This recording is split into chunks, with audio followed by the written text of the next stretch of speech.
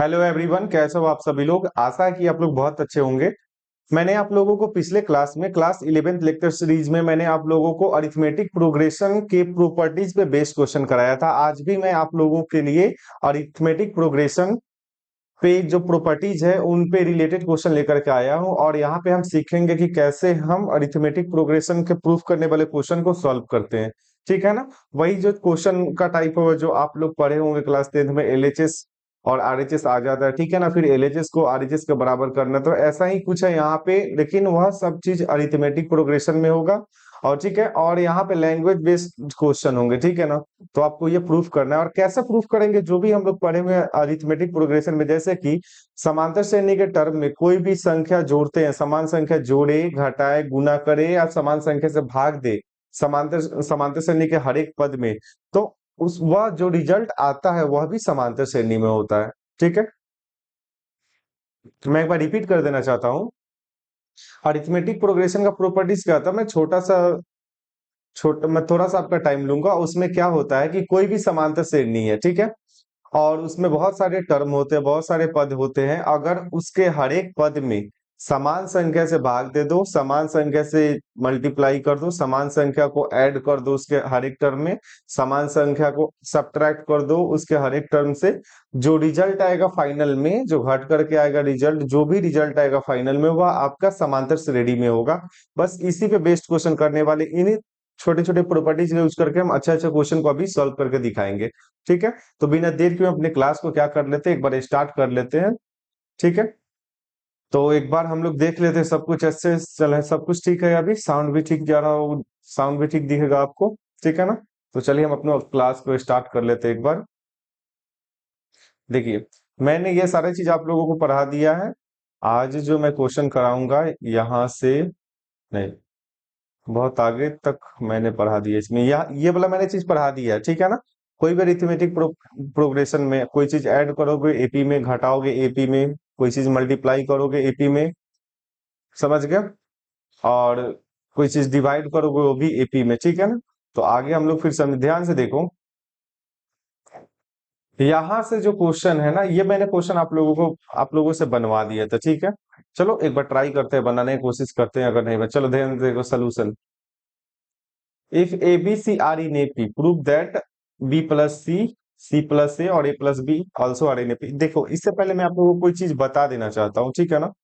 क्योंकि ये वाला चीज समझ लोगे तो आगे जाकर के कोई दिक्कत नहीं होगा इस टाइप के क्वेश्चन को solve करने में। ठीक है ना। If A, B, C are in AP, ठीक है। मान लो कि अगर एबीसी एपी में है, तो पहला नंबर चीज, ठीक है, पहला नंबर चीज हम इसको ऐसे लिख सकते हैं कि अगले टर्म से पिछला टर्म घटा दो, फिर फिर अगला जो टर्म है उसमें से पिछला टर्म घटा दो। तो इस तरह से हम कॉमन डिफरेंस निकाल लेते हैं। और आपको पता है कि कोई भी समांतर श्रेणी का जो कॉमन डिफरेंस होता है हमेशा इक्वल होता है किसी भी टर्म के लिए। समझ गए ना। अगले टर्म से पिछला टर्म घटा दिए, ध्यान से देखो, अगले टर्म से पिछला टर्म घटा दिए, फिर अगले टर्म से पिछला टर्म घटा देंगे, तो क्या निकलेगा, कॉमन डिफरेंस निकलेगा। और कॉमन डिफरेंस क्या होता है, आपस में बराबर होता है। तो इसलिए पहला नंबर चीज मैंने बराबर कर दिया। ठीक है। दूसरा चीज यहाँ से क्या कर सकते, दूसरा चीज यहाँ सिंपल है, जो समझना था सो एक नंबर पॉइंट में समझना था। दूसरा चीज बहुत आसान है भाई। माइनस बी को आप इधर लाओगे तो ये हो जाएगा बी प्लस बी, यानी कि टू बी हो जाएगा, और माइनस ए को इधर ले जाओगे तो हो जाएगा सी प्लस ए। ठीक है। आगे चलो तीसरे नंबर चीज पे, आप यहां से बी का भी वैल्यू निकाल सकते हो, C plus A by two. ठीक है। इस तरह से आपको समझ में आना चाहिए सारी चीज। देखो, अगर एबीसी एपी में है, अगर तीनों में से कोई एक भी चीज आ जाता है ना, तो हम क्या बोल देंगे कि एबीसी एपी में। ठीक है ना। जैसे कि हम एक सिंपल सा बात बताते हैं, जैसे कि मान लो एग्जांपल समझाते हैं हम, ध्यान से समझना। y माइनस एक्स बराबर है जेड माइनस वाई के। ठीक है ना। y में से x घटा लिए और z में से y घटा लिए, समझ गया ना। तो यहां से कौन सा रिलेशन सही होगा, ठीक है ना। तो थोड़ा ध्यान से समझना है। अगर हम देखें तो पहला रिलेशन, कौन सा रिलेशन सही होगा आपको बताना है। y x z are in AP, ठीक है। दूसरा z y x are in AP. तीसरा z x y are in AP. चौथा x y z are in AP, ठीक है ना। तो मैंने ये चार लिख करके दिया, ठीक है ना। चार ऑब्जेक्ट, चार में ऑप्शन लिख करके दिया, आपको पता लगा, ध्यान से देखो। बहुत सारा, बहुत आसान है, ध्यान दो। y माइनस एक्स और z माइनस वाई, ठीक है ना, ये रिलेशन दिया गया है और ये सारा का सारा ऑप्शन एपी में दिया गया, ठीक है ना। अब इसमें से कौन सा ऑप्शन सही होगा इस रिलेशन के लिए, ठीक है ना। कौन सा ऑप्शन सही है, एक दो तीन चार, लेकिन हम चेक करेंगे कौन सा ऑप्शन सही है। चेक करने के लिए क्या करेंगे, आप बताओगे सर आप ए बी सी एपी में था तो बी माइनस ए, यानी कि अगले पद से पिछला टर्म, पिछला पद, फिर अगला पद से पिछले टर्म को घटा ले रहे थे, फिर अगले पद से पिछले टर्म को घटा ले रहे थे, ठीक है ना। तो इसी तरह अगर वाई एक्स जेड एपी में होगा तो हम इसको ऐसे लिख सकते हैं, एक्स माइनस वाई बराबर जेड माइनस एक्स। लेकिन हमको ये तो नहीं चाहिए, ये थोड़े मिल रहा है। ये जो चीज है, एक्स रिजल्ट जो आया एक्स माइनस वाई बराबर Z minus x, common difference ये अलग चीज है और ये जो एग्जाम्पल है आपके ये अलग चीज है। तो पहला नंबर चीज ये आंसर नहीं बनेगा, ठीक है। आ जाओ फिर, वाई जेड वाई एक्स, इसको कैसे घटा करके कॉमन डिफरेंस कैसे बराबर करोगे सर, वाई माइनस जेड बराबर एक्स माइनस वाई, ठीक है ना। तो सर ये भी Y minus Z X minus Y, ये तो सर वाई माइनस एक्स है और जेड माइनस वाई है, ये दोनों चीज आपस में बराबर नहीं, कहने का मतलब सर ये भी आपका आंसर नहीं होगा। आ जाओ इसको चेक करते हैं, एक्स माइनस जेड बराबर वाई माइनस एक्स, कहने का मतलब सर ये भी आपका आंसर नहीं बनेगा, क्योंकि जो रिजल्ट आ रहा है वो ऊपर वाले के साथ मैच नहीं कर रहा है, ठीक है। आज जो तीसरे चौथे पे चेक करते हैं, इसमें देखो y माइनस एक्स बराबर जेड माइनस एक्स, ठीक है। एक मिनट रुक जाओ, Z minus Y, Z Y minus X बराबर जेड माइनस वाई, कहने का मतलब है कि ये वाला और ये वाला रिजल्ट आपस में क्या है, मैच कर गया, ठीक है ना। तो कहने का मतलब है सर ये आपका 4 नंबर वाला ऑप्शन सही होगा, एक्स वाई जेड आपका एपी में है। उम्मीद है कि आप मेरे बात को समझ गए होंगे। मैं फिर से एक एग्जांपल लिख करके समझाने की कोशिश करता हूँ। देखो बहुत सारा सिम, बहुत आसान है, आप समझ जाओगे एक बार में, कोई ये पहाड़ चीज नहीं है, ठीक है ना। अगर एक्स वाई जेड एपी में है तब आप इसको ऐसे लिख सकते हो, ठीक है ना। और एक और चीज से मैं समझा देता हूँ, छोटा सा एग्जाम्पल लेकर के, इधर एग्जाम्पल है आपका, हिंदी में लिख देते, ठीक है ना, बेहतर रहेगा। अगर पी क्यू आर एपी में है तब आप लिख सकते हैं, आप लिख सकते हैं पहला नंबर चीज, पहला नंबर चीज आप क्या लिख सकते हो। देखो पहला ही पॉइंट ही इंपॉर्टेंट है, आपको पता है कि समानांतर श्रेणी का सार्वंतर बराबर होता है, हम वही बराबर करें। जैसे कि मान लो 2 4 6, ये समानांतर श्रेणी में कोई तीन संख्या है, ठीक है। तो आपको पता है कि इसका सार्वंतर बराबर होता है, तो 4 में से 2 घटा लो, ठीक है ना। और फिर 6 में से 4 घटा लो, ठीक है ना। तो कितना आएगा, तो ध्यान, 4 में से 2 जाएगा, 2 आएगा, 6 में से 4 जाएगा, 2 आएगा। कहने का मतलब दोनों आपस में क्या है, दोनों आपस में सर बराबर है। घट करके देखिए सर, चार, 4 में से 2 घटा दिए, ठीक है। फिर 6 में से 4 घटा दिए, 4 में से 2 घटाओगे जितना आएगा उतना ही, 6 में से 4 घटाओगे तो आएगा, समझ रहे हो ना। 4 में से 2 घटाओगे 2, 6 में से 4 घटाओगे 2, ठीक है ना। तो कहने का मतलब सर आप कॉमन डिफरेंस बराबर कर रहे हो, तो मैंने ये बोला कि पी क्यू आर एपी में है तो इसका भी सार्वंतर बराबर होगा। तो क्या करेंगे, अगले पद से पिछला पद घटा दो, फिर क्यू के अगले पद का आर है, ठीक है ना, उससे पिछला पद घटा दो क्यू, समझ गए। इस तरह से ये चीज बराबर होगा। अब थोड़ा ध्यान से समझना, 2 नंबर से क्यू क्यू को एक साइड लाओगे, 2Q बराबर आर प्लस पी हो जाएगा, ठीक है ना। तीसरा नंबर चीज, यहाँ से क्यू का मान क्या निकल जाएगा, आर प्लस P/2। उम्मीद है कि आप मेरी बात को समझ गए होंगे, ये वाला चीज समझना बहुत ज्यादा जरूरी है, ठीक है। चलो एक और चीज मैं समझा देता हूँ जो बार बार आप लोग को देखने के लिए मिलेगा। देखो ये भी, if A square B square C square are in AP, अगर एपी में होगा तो आप इसको कैसे लिख सकते हो, बी स्क्वायर माइनस ए स्क्वायर बराबर C square minus B square, ठीक है। आप ऐसा भी लिख सकते हो इस चीज को, ठीक है। और दूसरा नंबर चीज आप इसको ऐसे भी लिख सकते हो, 2b स्क्वायर बराबर a square plus c square, ठीक है ना, सेम वही चीज है। और आप यहाँ से तीसरा रिजल्ट ऐसे बना सकते हो, बी स्क्वायर बराबर a square plus c square by 2। ये सब चीज आपको याद होना चाहिए, ठीक है ना, ध्यान में रहना चाहिए, क्योंकि मान लो तीनों में से कोई एक रिलेशन आ गया, ठीक है ना, तो हम डायरेक्ट बोल देंगे कि ए स्क्वायर बी स्क्वायर सी स्क्वायर एपी में, ठीक है। अच्छा, इस चीज को आप ऐसे ही बोल सकते हो, कभी कभी ध्यान से देखो, बी प्लस ए इंटू बी माइनस ए बराबर सी प्लस बी इंटू सी माइनस बी। ए स्क्वायर माइनस बी स्क्वायर का फॉर्मूला पे बेस्ड है, मैंने वैसे तो दिया, थोड़ा ध्यान से समझना। फिर मैं एक फिर एग्जांपल लिखूंगा, आप समझोगे ध्यान से। अगर ध्यान से समझो, मैं लिख रहा हूं यहाँ पर एम स्क्वायर बराबर p square plus Q square by 2, ठीक है। तो आप देख करके मुझे डायरेक्ट बता सकते हो, सर आप बोले कि एम स्क्वायर बराबर p square plus Q square, ठीक है, और बाई 2 कर दे। कहने का मतलब है यहां से सर एम स्क्वायर, और ध्यान से समझना, यहां से ध्यान से देखो, आप क्या देखोगे, चाहे एक काम करो, इसको मिटाओ, दूसरा एग्जांपल समझाते हैं, ठीक है ना, क्योंकि रिलेशन अलग अलग बना सकते हैं हम। यहां से हम ये समझाते हैं, मान लो m square minus n square, ठीक है ना, m square minus n square और p square minus n square, ठीक है ना, ऐसे आ गया। M square minus n square बराबर p square minus a n square. तो आप देखते मात्र क्या समझ जाओगे इसको कि सर एन स्क्वायर और एम स्क्वायर और पी स्क्वायर एपी में है, एपी में है।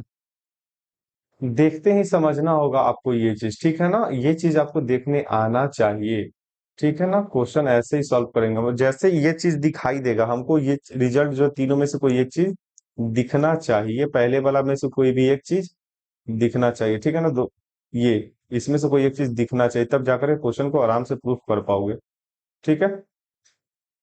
तो उम्मीद है कि मेरे बात को समझ गए होंगे, ठीक। तो थोड़ा ध्यान से देखो, यहाँ पे आप अगर ये एपी में, तो आप इसको फिर आंसर बना सकते, जो क्वेश्चन था इसको ला सकते हो। ध्यान दो, m square minus n square बराबर p square minus m square होगा, यहाँ पर एम स्क्वायर होगा, एन नहीं होगा, ठीक है, ये होगा एम, ठीक है, तो एम स्क्वायर। उम्मीद है कि आप मेरी बात को समझ गए होंगे, अगर नहीं समझ में आया तो आप मुझे कमेंट करके बताना, मैं फिर से समझाने की कोशिश करूंगा दूसरे लेक्चर में। आज वो इस क्वेश्चन को मनाते हैं। अब क्वेश्चन दिया गया, a B C are in A P, prove that b plus c, ठीक है, और सी प्लस ए और a plus b are also in A P. आप कैसे सॉल्व करोगे इस क्वेश्चन को, ठीक है, आ जाओ।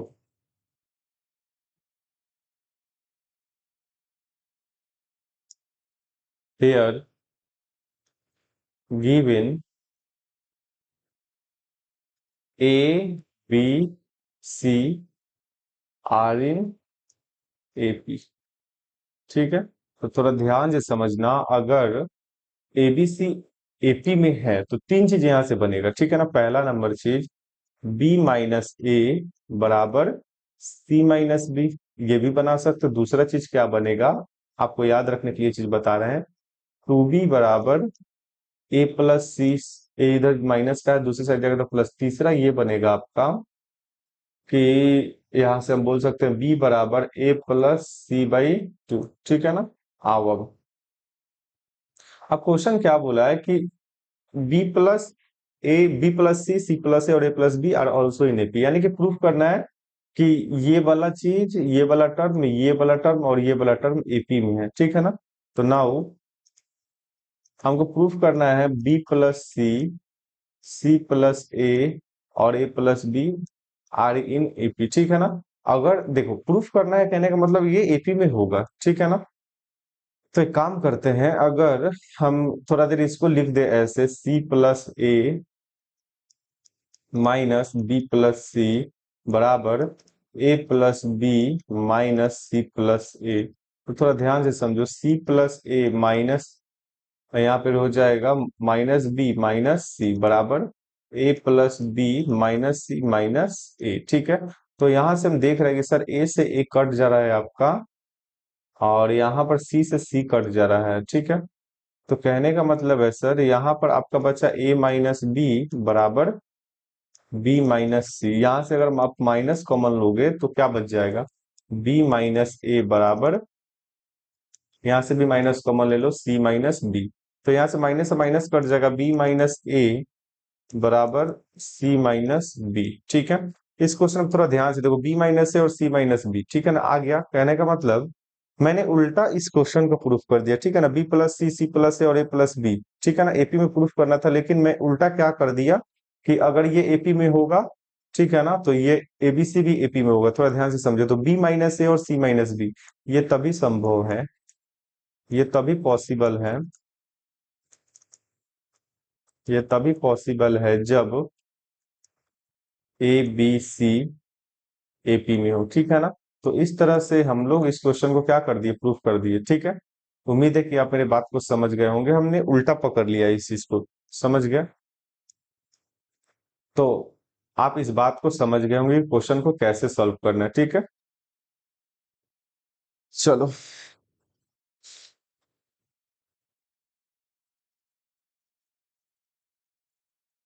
ये तभी पॉसिबल है जब आपका एबीसी क्या हो, एपी में हो, ठीक है ना। और इसका कोई दूसरा रास्ता होगा वो भी देख लेंगे, ठीक है ना, अगले क्लास में।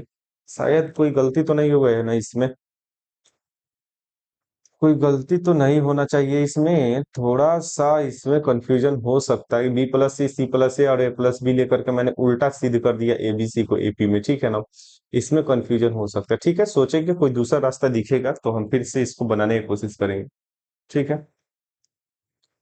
ए square B square C square are in AP, prove that one by B plus C, one बटा सी प्लस ए और one by a plus b are in AP.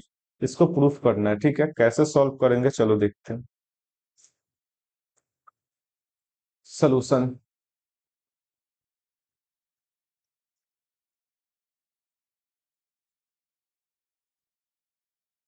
अब prove that one by B plus C, one बटा सी plus a और one बटा ए plus B AP में है, ठीक है ना। अच्छा एक बात बताओ, वन बटा बी प्लस सी और वन बटा सी प्लस ए और वन बटा ए प्लस बी, ठीक है ना। क्वेश्चन बोला है कि आपको साबित करना है कि ये वाला चीज, ये वाला टर्म और ये वाला टर्म समांतर श्रेणी में है, ठीक है ना। अगर ए स्क्वायर बी स्क्वायर सी स्क्वायर एपी में है तब, ठीक है। तो मेरी बात को थोड़ा ध्यान से समझो, अगर ये वाला चीज एपी में होगा, ठीक है ना, तो हम इसको भी तो साबित कर सकते हैं, ए स्क्वायर बी स्क्वायर सी स्क्वायर एपी में होगा।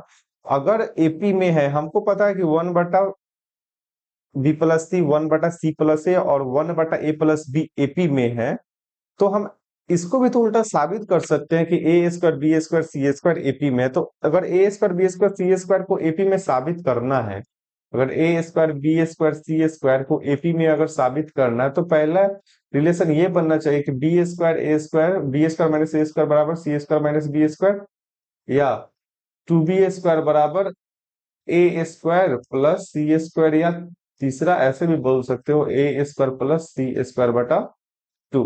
अगर मैं इस चीज को सॉल्व करके इस तीनों में से कोई एक चीज दिखा दूं, अगर तीनों में से कोई एक चीज दिखा दूंगा, तो हम डायरेक्ट बोल सकते हैं, तीनों में से कोई एक चीज दिखाने के बाद हम डायरेक्ट बोल सकते हैं कि ए स्क्वायर बी स्क्वायर सी स्क्वायर एपी में है, ठीक है।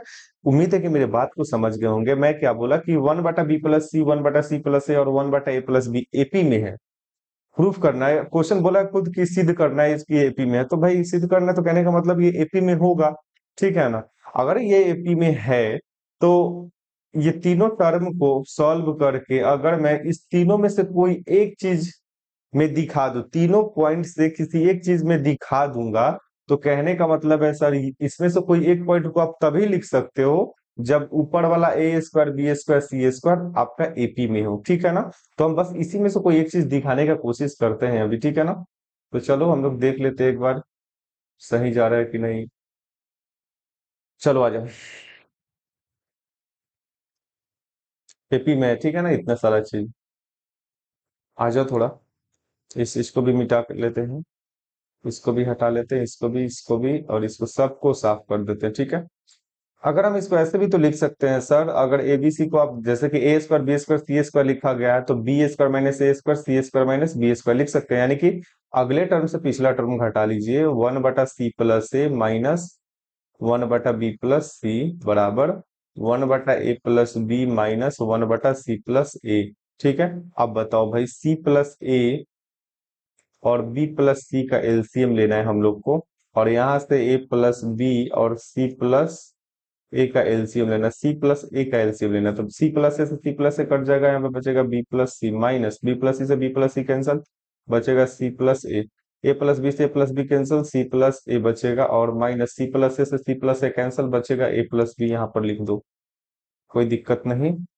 तो भाई बी प्लस, अब थोड़ा ध्यान से समझना है, यहाँ पर c+a से c+a कैंसल हो जाएगा, ऊपर बचेगा b+c minus c minus a बटा b+c बराबर c+a minus a minus b बटा a+b। ठीक है, प्लस से प्लस सी से माइनस सी कट गया, माइनस से प्लस से कट गया, बचा क्या, बी माइनस ए बटा b+c बराबर c-b बटा a+b। ठीक है, अब थोड़ा ध्यान से देखो, ऊपर से क्या करते हैं, माइनस कॉमन ले लेते, ठीक है ना, तो नीचे बच गया b+c, और इधर आ जाएगा आपका माइनस कॉमन ले लेते हैं, तो b-c बटा a+b। ठीक है, उम्मीद है कि आप इस बात को समझ गए होंगे, कैलकुलेशन को समझ गए होंगे। अब a-b क्रॉस मल्टीप्लीकेशन मार दो, अब b-c × b+c। ठीक है, ये आ जाएगा a² - b² बराबर b² - c²। ठीक है ना, अब मुझे तीनों चीज में से, ये पॉइंट है, तीनों में से किसी एक चीज को दिखा देना, तीनों में से कोई एक चीज ला दो, किसको सॉल्व करके, इस चीज को सॉल्व करके। ठीक है, आओ लाने की कोशिश करते हैं। माइनस अगर कॉमन लेंगे तो b² - a² बराबर, यहां से माइनस कॉमन ले लेंगे तो b² - c² आ जाएगा, नहीं b², एक मिनट, माइनस कॉमन लेंगे यहां से, तो आपका आएगा c² - b², तो माइनस माइनस कैंसल, बचा b² - a² बराबर c² - b²। ये तभी पॉसिबल है, ये तभी पॉसिबल है जब a²b²c² एपी पे हो। ठीक है, उम्मीद है कि आप मेरे बात को समझ गए होंगे, मैंने कुछ नहीं किया है, ठीक है ना, मैंने क्वेश्चन उल्टा पकड़ा है। अब a²b²c² एपी में है, ठीक है ना, तो सिद्ध करना है कि इतना इतना इतना एपी में होगा, ठीक है ना। तो अगर इसको सिद्ध करने से बेहतर है कि हम इसको पकड़ कर हम इसका उल्टा सिद्ध कर दिए, a²b²c² को एपी में ला दिए। ठीक है, उम्मीद है कि आप मेरी बात को समझ गए होंगे। तो हम अपने नेक्स्ट क्वेश्चन पे चलते हैं और देखते हैं कि ये क्वेश्चन क्या कहता है हमारा।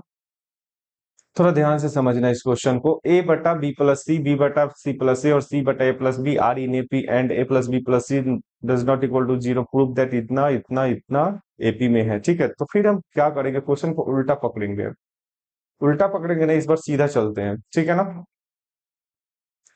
एपी में लाना है ना, तो इस बार हम, चलो ठीक है, देखते हैं इसका क्या बात है भाई आगे की तरफ। ये क्वेश्चन उस दोनों तीनों से अलग है, ठीक है ना, a/b+c और b/c+a और c/a+b। ठीक है ना, a/b+c+1 ऐड कर देंगे, b/c+a+1 c/a+b+1, और यहां से ऐड करें तो a+b+c/b+c। ठीक है ना, और यहाँ से क्या करेंगे फिर, यहाँ से फिर आपका वन में मल्टीप्लाई हो जाएगा, तो ऊपर हो जाएगा a+b+c/c+a, और यहाँ पे फिर हो जाएगा आपका a+b+c/a+b। ठीक है, अब थोड़ा ध्यान से देखो, अब हमको पता है कि इतना आ गया, तो आपको पता है कि आप किसी भी अर्थमेटिक प्रोग्रेशन में मल्टीप्लाई कर देखो, जैसे कि ध्यान से देखना, आर इन एपी, ठीक है ना, तो ये भी एपी में होगा। देखो भाई, हम मेरी बात को ध्यान से समझना, अगर आप कोई चीज समांतर श्रेणी में ऐड करते हो समान संख्या, तो जो आएगा वो भी आपका एपी में होगा, और अगर आपका ये एपी में है तो आपका सिंपल ये कैलकुलेशन है, ये भी एपी में है। ठीक है ना, आपको क्या करना है, मल्टीप्लाई मल्टीप्लाई बाई a+b+c, अगर इसमें a+b+c से मल्टीप्लाई नहीं करेंगे, डिवाइड करेंगे, ठीक है ना, जब डिवाइड करेंगे तो ये कितना बच जाएगा, 1/b+c और 1/c+a और 1/a+b, ठीक है ना। इतना करने के बाद बचा, तो कहने का मतलब सर ये आपका एपी में है, ठीक है, आप 1 जोड़ दिए, इतना आ गया, फिर आप डिवाइड मार दिए a+b+c से और इतना आ गया, ये भी आपका एपी में होगा। उम्मीद है कि इस बात को आप समझ गए होंगे क्यों एपी में होगा। भाई देखो, यहां पर मैंने एक ऐड किया, समांतर श्रेणी के हर एक टर्म में मैंने एक ऐड किया। मैं क्या बताया था कि समांतर श्रेणी के हर एक टर्म में अगर समान संख्या ऐड करोगे जो रिजल्ट आएगा वो भी आपका एपी में होगा, ठीक है। मैंने कैलकुलेशन करके ये चीज लिखा, ठीक है। फिर आगे हमको पता है कि सर हमको ऊपर 1 लाना है, तो क्या कर दिए कि a+b+c से डिवाइड कर दिए। जब डिवाइड करेंगे तो नीचे a+b+c आएगा, ऊपर a+b+c काट देगा, सब में बचेगा 1/b+c, 1/c+a और 1/a+b, इतना आ गया। कहने का मतलब यही तो मेरा प्रूफ करना था। अब डिवाइड करोगे किसी भी समांतर श्रेणी में, समान संख्या से डिवाइड करोगे, समान चीज से आप डिवाइड करोगे, ठीक है ना, तो रिजल्ट तो उतना ही आएगा आपका। मतलब मेरा कहने का मतलब ये है कि समांतर श्रेणी में, ठीक है ना, समान संख्या से डिवाइड करो, समान संख्या से गुना करो, समान संख्या जोड़ो, समान संख्या मल्टीप्लाई करो, जो रिजल्ट आएगा वो भी आपका किस में होगा, एपी में होगा। तो इस हिसाब से देखा जाए तो हमने क्या किया, प्लस एक ऐड किया है सब में, ठीक है ना। तो अगर ये चीज ऑलरेडी एपी में है, उसमें मैंने समान संख्या ऐड कर दी, जो रिजल्ट आएगा वो भी एपी में हो, वो भी एपी में होगा। और यहाँ से कैलकुलेशन है, बस आगे जाओगे हमको दिखाई दे रहा है सर a+b+c हर एक टर्म के ऊपर अंश में, ठीक है ना, लेकिन प्रूफ करना है 1 1 लाना है, तो हम क्या कर दिए, डिवाइड मार दिए a+b+c से। तो क्या होगा उससे कि हमको ऊपर में 1 दिख गया सर, इधर 1 1 1 जानबूझ करके a+b+c से डिवाइड किए, क्योंकि हमको ऊपर 1 1 चाहिए था प्रूफ करने के लिए, तो हो गया प्रूफ। अब समान संख्या से डिवाइड किए किसी भी एपी के टर्म में, तो भाई जो रिजल्ट आएगा वो भी एपी में होगा। उम्मीद है कि आप इस बात को समझ गए होंगे। आगे चलते हैं। इस क्वेश्चन को सिद्ध करना, ठीक है ना। तो पहला क्वेश्चन है, अगर एबीसी एपी में है, प्रूव दैट 1/बीसी 1/सी और 1/एबी आर इन एपी, ठीक है। चलिए क्वेश्चन को करके देखते हैं आगे की तरफ। इफ क्वेश्चन लिख देते, if A B C B in AP, prove that 1/AB 1/BC 1/CA are in AP, ठीक है ना, इसको प्रूव करना है, ठीक है। तो बस मिला लेते हैं क्वेश्चन को, चलो देखते हैं। ठीक है, क्वेश्चन 1/BC 1/CA 1/AB। क्या भैया यहाँ पे सही लिखे हैं कि नहीं, चेक कर लेते एक बार। 1/BC 1/CA 1/BC 1/CA 1/AB। अब थोड़ा ध्यान से समझिए, इसको प्रूफ करना है। फिर से हम क्वेश्चन को क्या करेंगे, here given here given A B C are in AP, ये एपी में आपका दिया गया सोल्यूशन हो रहा है यहाँ से, ठीक है ना, यहाँ से सोल्यूशन हो रहा है। अगर एबीसी एपी में है, ठीक है ना, तो अगर मैं चाहूं तो इधर एबीसी हर एक टर्म में डिवाइड बाई एबीसी, ठीक है ना। अब हम क्या करते हैं ना, हर एक टर्म में डिवाइड कर देते हैं एबीसी से, ठीक है ना। एबीसी और 1 यहाँ पे हो जाएगा B/ABC, और इधर इधर हो जाएगा आपका C/ABC, ठीक है ना। तो कहने का मतलब है सर, ए से गायब, बी से बी गायब, सी से सी गायब, 1/BC 1/AB और 1 नहीं 1/AC, ठीक है। तो आप कहोगे कि सर ये तो प्रूफ हो गया एक बार में ही, ठीक है ना, लेकिन थोड़ा सोच करके देखो, क्या ये क्वेश्चन अभी भी प्रूफ हुआ है क्या, ठीक है। अगर 1/BC 1/AC और 1/AB आपने ये चीज लाया, ठीक है ना, तो हमको क्या प्रूफ करना है। देखो आप तो वही चीज ला दिए सर जो रिजल्ट था, ठीक है ना, प्रूफ कर दिए, ठीक है। लेकिन अगर एपी में है सर, अगर एबीसी एपी में है, तो जो 3 रिजल्ट मैंने बताया था उसमें से कोई एक चीज बनना चाहिए। चलो करके देखते हैं एक बार। अगर हम इसको लिखे तो 1 अगले टर्म से पिछला टर्म घटा देते हैं, फिर अगला टर्म से पिछला टर्म क्या कर दिए, घटा दिए, 1/AC। अब ध्यान दो, जब एलसीएम लेंगे तो क्या आ जाएगा, एबीसी एलसीएम आएगा और यहाँ से एसी जाएगा, बचेगा यहाँ ए है सी है, ए सी से कैंसल हो गया, आपका बचा कौन, बी सी। और यहाँ पे बी है, यहाँ पर बी बचा, बी स्क्वायर सी। अब बी सी से बी सी काटोगे बचेगा भैया ए, नहीं एक मिनट रुक जाओ, कुछ गलत हो रहा है।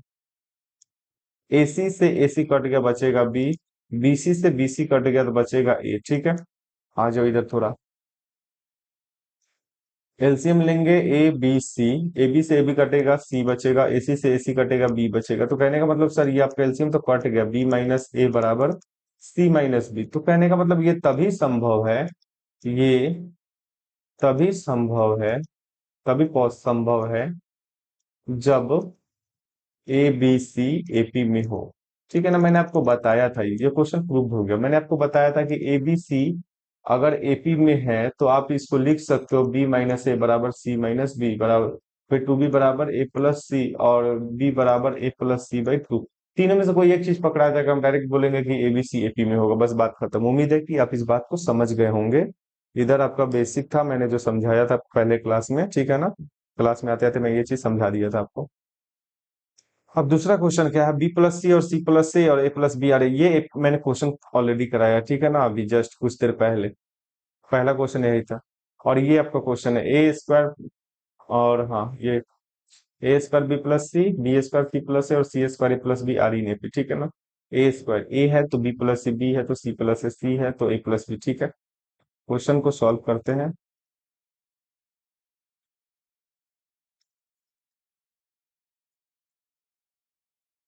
आ जाओ।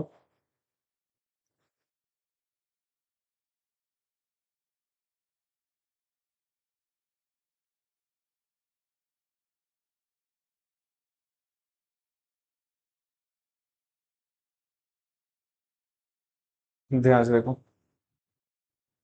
If A B C, b a B C are in A P, are in A P, prove that a square b plus c, b square c plus a और c square a plus b, are in A P. ये आपको सिद्ध करना है, कैसे सिद्ध करोगे, थोड़ा सोचो, दिमाग लगाओ अपना, थोड़ा सोच लो कैसे सिद्ध करोगे आप इसको। अच्छा एक बात बताओ, अगर एबीसी एपी में है तो सर कहने का मतलब आपका एबीसी एपी में है तो आप बी माइनस ए बराबर सी माइनस बी ला दो, ठीक है ना।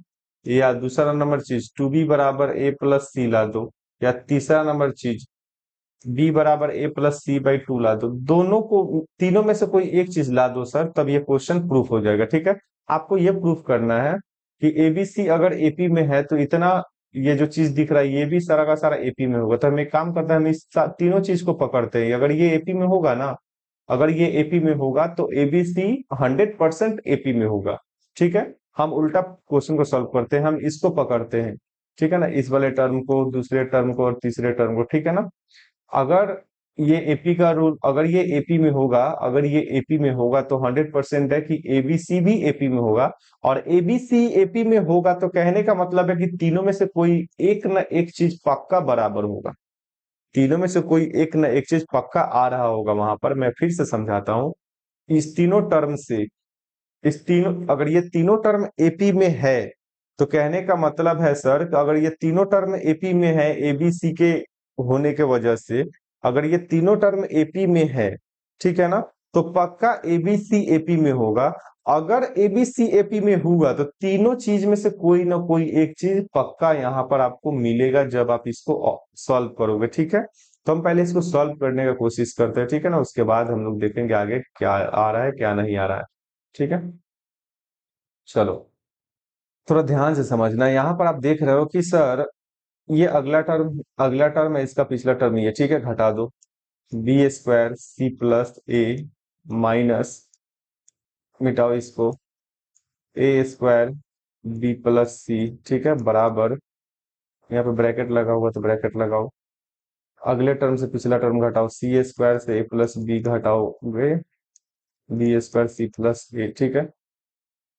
यहां से घटाएंगे तो b square c plus b square a minus A square b minus A square c बराबर C² A plus C² B minus B² C minus B² A। उम्मीद है कि आप इस बात को समझ गए होंगे। अब हम आगे चलते हैं।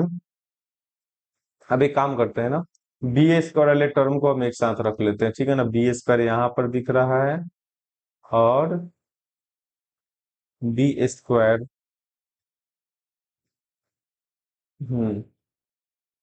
ठीक है। कहाँ है भैया B² A plus C। Calculation सही है, क्वेश्चन सही है कि नहीं, कैलकुलेशन सही है। ठीक है, हम देख लेते हैं एक बार क्वेश्चन को।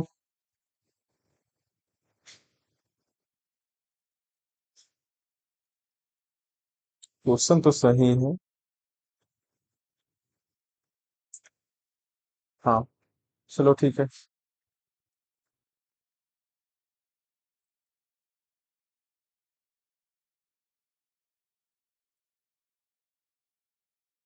एक काम करते हैं, इस टर्म को और इस टर्म को साथ में रख लेते हैं, B² C माइनस A²C। ठीक है। अब हम ऐसा क्यों कर, B² माइनस A²।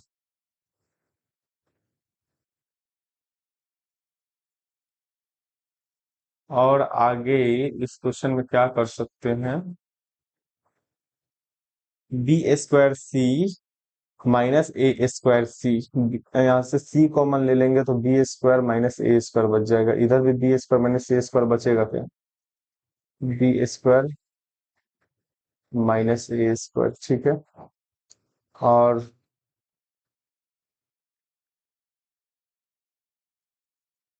कुछ कॉमन नहीं हो रहा है यहाँ से, B²C A²C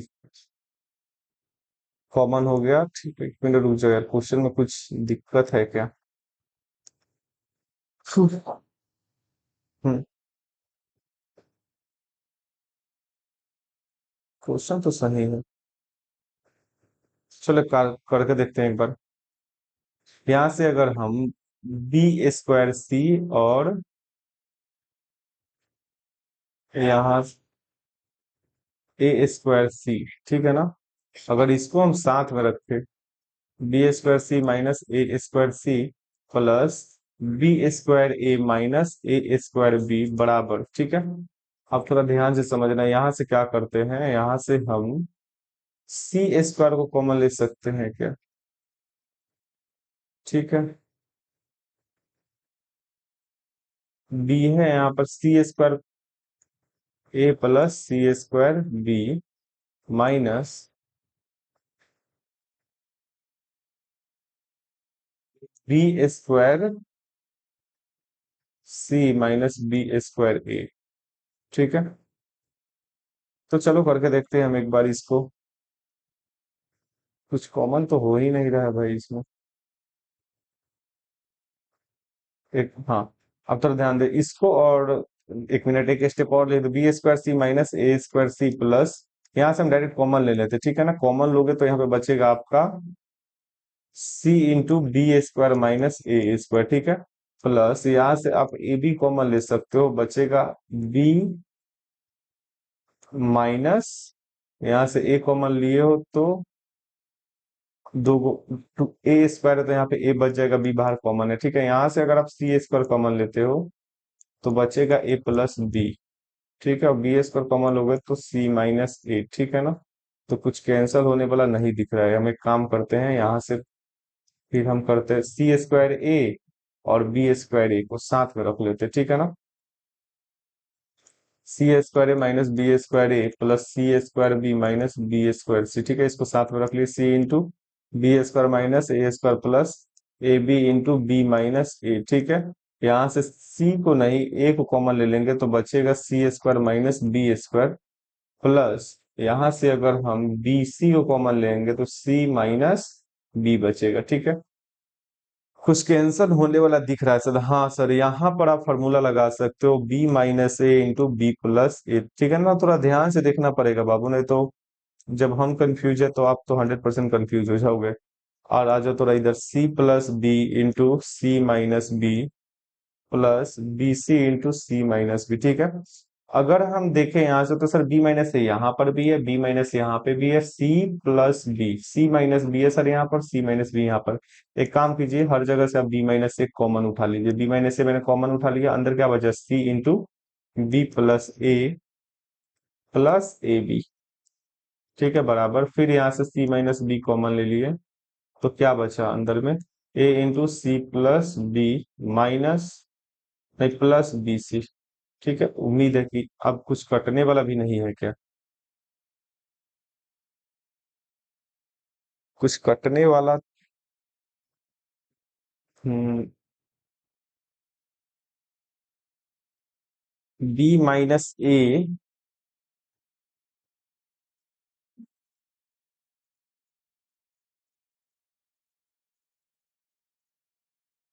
ये तो कुछ कटने वाला हाँ चलो, लेंदी हो जाने के बाद दिमाग भी जवाब दे देता है क्वेश्चन को सॉल्व करने से। ये देखो ध्यान से, ये हो जाएगा सी बी और ये हो जाएगा सी ए प्लस ए बी बराबर ये सी माइनस बी, ठीक है ना। अब थोड़ा ध्यान से देखना, a c plus a b plus b c, ठीक है। अब ये a c a b b c, a c a b b c, यानी कि ये वाला चीज कट जाएगा, आपस में बचेगा बी माइनस ए बराबर सी माइनस बी।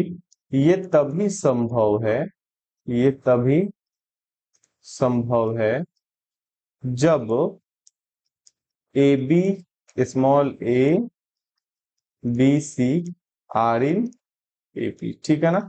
मेरी बात को समझ गए होंगे, ठीक है ना। ये क्वेश्चन सिंपल है, लेकिन आपको कैलकुलेशन के देख करके डरना नहीं है, समझ गए ना। क्योंकि जैसे जैसे कैलकुलेशन बड़ा होते जाता है ना, दिमाग जवाब देने लगता है, समझ गए ना।